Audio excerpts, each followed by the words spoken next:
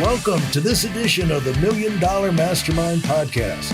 This is where we pick the brains of high achievers from all walks of life and get their hard-earned, real-world insights on winning. I'm your host, Larry Weidel. And, of course, you have magnificently, but I'm curious, did your parents always make great financial decisions when they were buying those houses and, accumulating those rental properties? Or did you live through some tough times or some reversals there too? Because the real estate market, is always a crapshoot. We had some change all the time. So yeah, we had some tough times. I have a sister 4 years older, and she went to a private college in Georgia. It was very expensive. So I remember my parents concerned about. With some weeks we had vegetable dinners all week because they were conservative.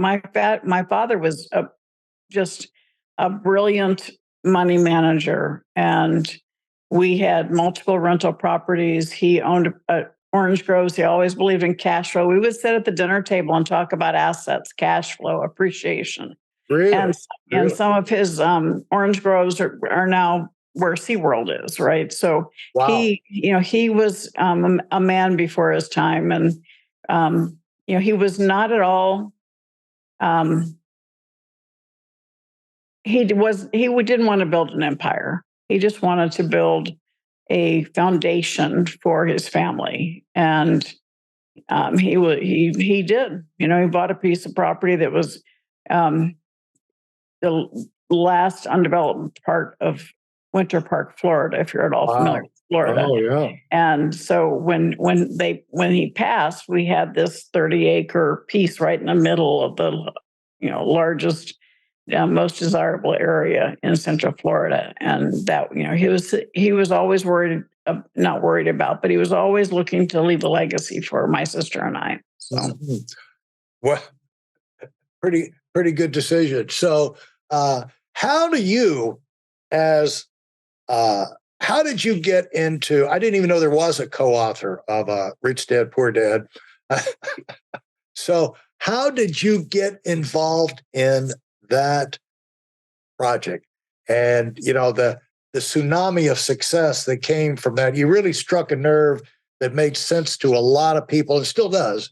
And is a topic for conversation still all over the country. And so talk about how you got in that. Did it look like a gold mine, or it looked like a big hit right from the beginning? Well, let me back up 1 second, because you mentioned the Talking Children's Book. That company was first. That was my first global brand. It was, okay. And I met the inventor of the first Talking Children's Book. So the books that have the sound strips down the side. And at that time, our kids were up to the point where they didn't really like to read that much. Their friends didn't like to read. And they had nothing electronic. They had no screen time. So we said, how can we get parents to trust us? And that's why we did deals with little companies like Disney, Warner Brothers, Sesame Street, Marvel Comics, and allowed us to explode that around the world. We thought we were hot stuff. $1 million in sales the first year, then went to 9 to 23 to 52 million. Totally self-funded. And so we had a tremendous So how did you do that? I mean, how do you show up and, okay, we want to get in, and all of a sudden you're dealing with Disney and Time Warner.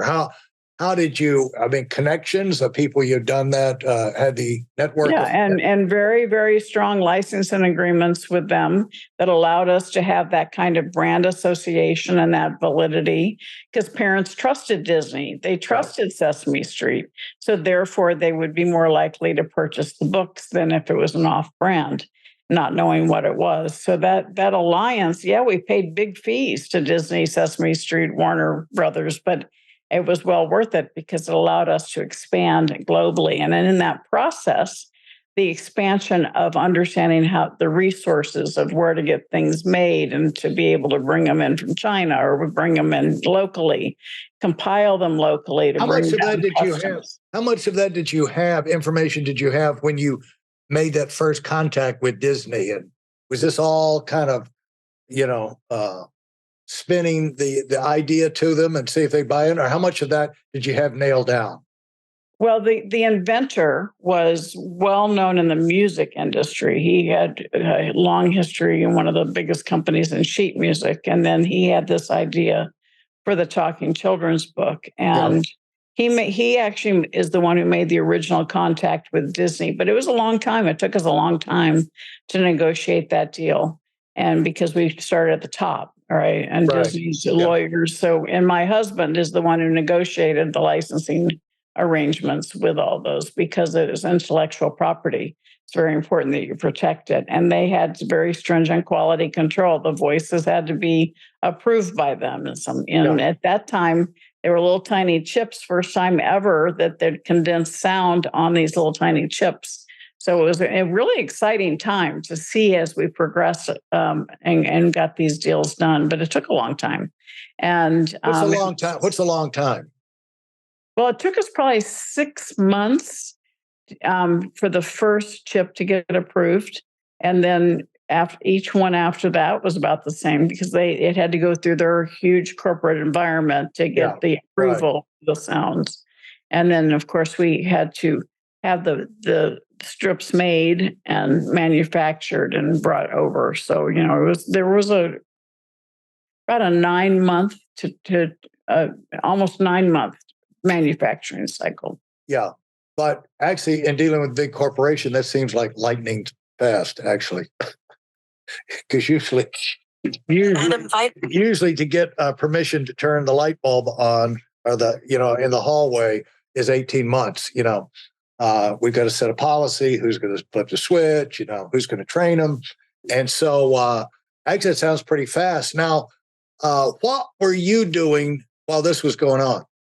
Well, we were actually, when you talk about length of time, because we weren't going from the bottom up, we were at the top. So we were the top of the company to the top of the company with their lawyers and quality control people. So I think that's what allowed us to speed that up. And we were in the development phase. I was looking for ways for us to build our ability to grow more quickly through self-funding.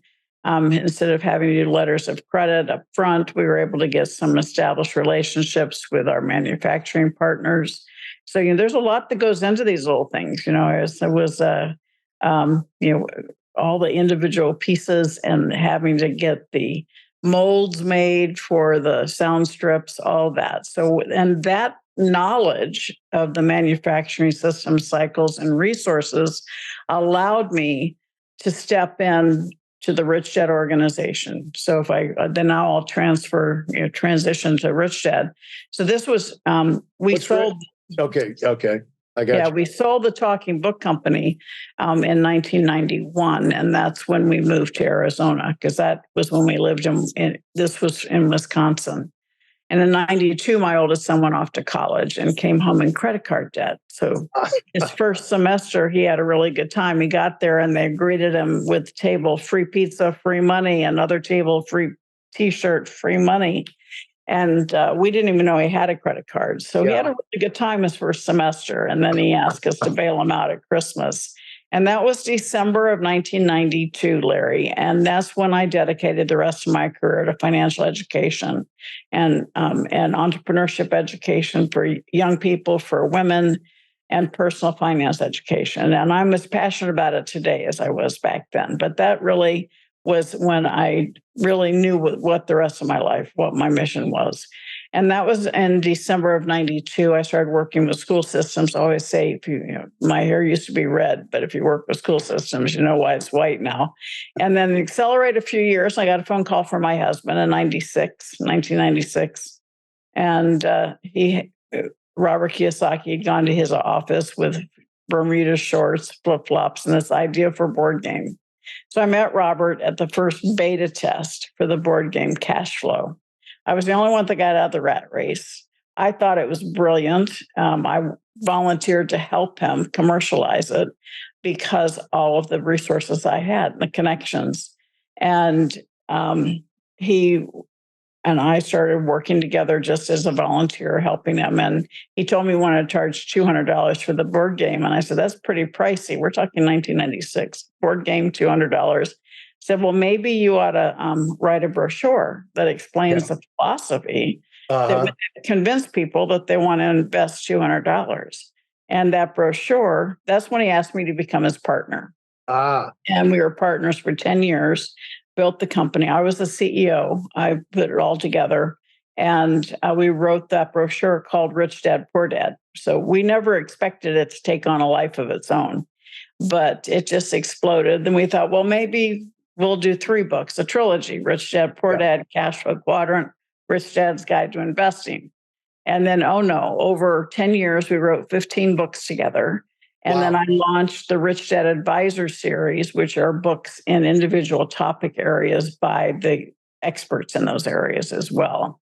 And we exploded around the world, 110 countries, over 50 languages. So. Wow. What is that's like in moving into the category of biggest sales of all time for any book, pretty much up in that category, at least to be considered up in that category. Yeah, it's the largest personal finance brand in the world. We sold 35 million books. It was on the Rich Dad Poor Dad was on the New York Times bestseller list for over 7 years. So. Yeah, very interesting. And so when you met Robert Kiyosaki, he was not in his suit and tie and No, he actually lived in a 2-bedroom condo, had 2 small apartment complexes. His passive income was $100,000 a year, and his living expenses were like $36,000. But that was the message I wanted the world to hear. He was financially free at $100,000 worth of income. Yeah, and you're financially free when the income from your assets exceed your monthly expenses, and that was the message I wanted the world to hear: the importance of buying, building, and creating assets. And as you expanded that, I noticed that, Rich Dad, Poor Dad for women, you've got one of the titles in there.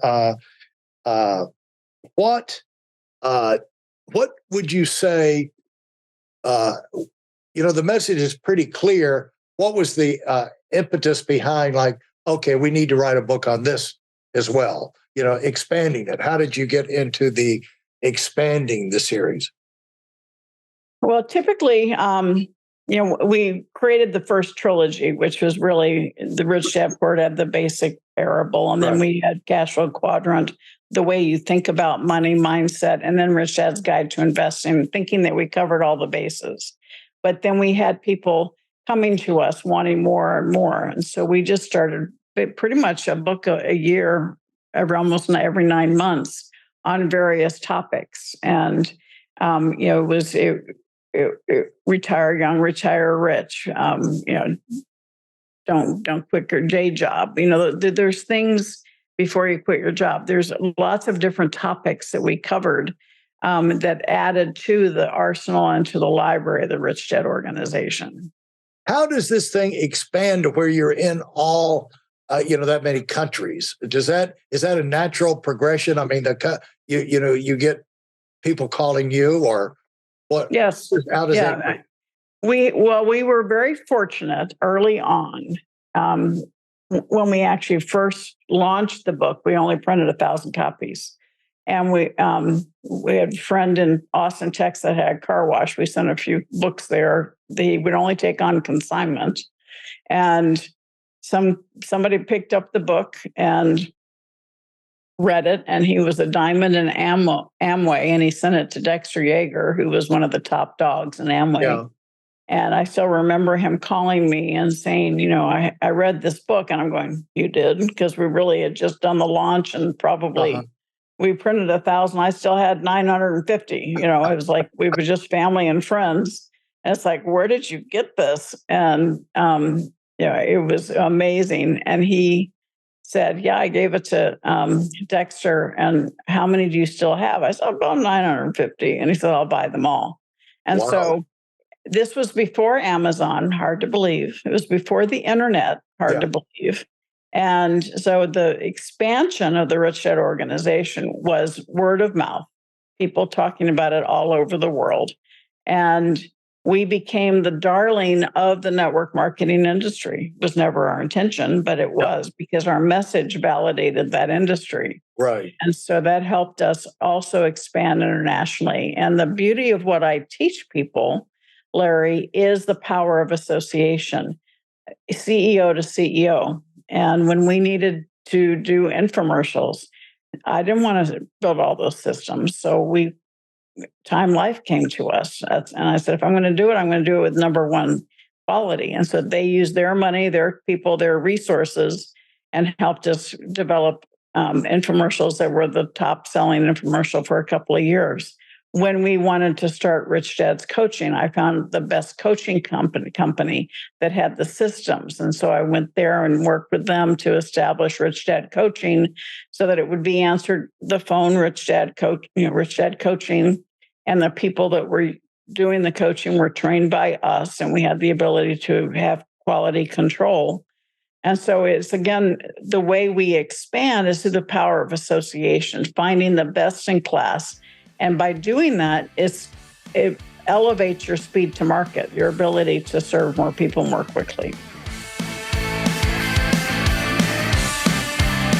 Thanks for listening to the Million Dollar Mastermind. If you felt there were any valuable takeaways from this episode, please take a minute and leave us a 5-star review. Your feedback is important and really helps us get the word out to a wider audience.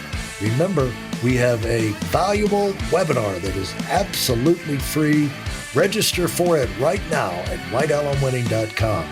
Thanks for listening.